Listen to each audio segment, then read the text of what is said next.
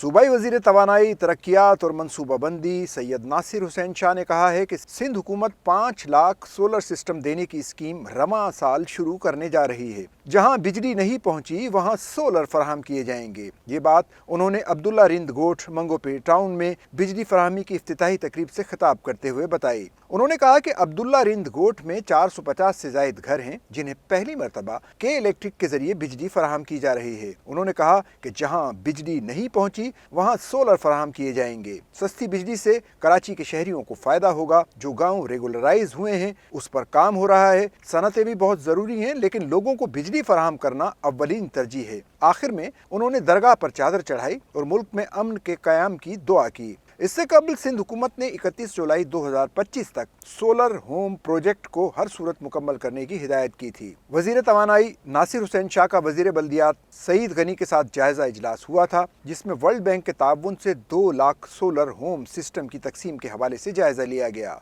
इस मौके पर नासिर हुसैन शाह ने कहा कि एक महीने में हर डिस्ट्रिक्ट में 1600 सोलर की तकसीम को यकीनी बनाया जाए। हर डिस्ट्रिक्ट में हर हफ्ते 400 सोलर सिस्टम की तकसीम का टारगेट मुकम्मल किया जाए। सूबाई वज़रा ने हिदायत की कि 31 जुलाई 2025 तक सोलर होम प्रोजेक्ट को हर सूरत मुकम्मल किया जाए और वेयर हाउस में मौजूद 50,000 सोलर सिस्टम की तकसीम फौरी तौर पर मुकम्मल की जाए। उनका कहना था कि बिलावल भुट्टो के विजन और वजीर आला सिंध की हिदायत पर प्रोजेक्ट की रफ्तार को तेज किया जाए। बिलावल भुट्टो के विजन की जल्द पाया तकमील के लिए काम की रफ्तार तेज की जाए।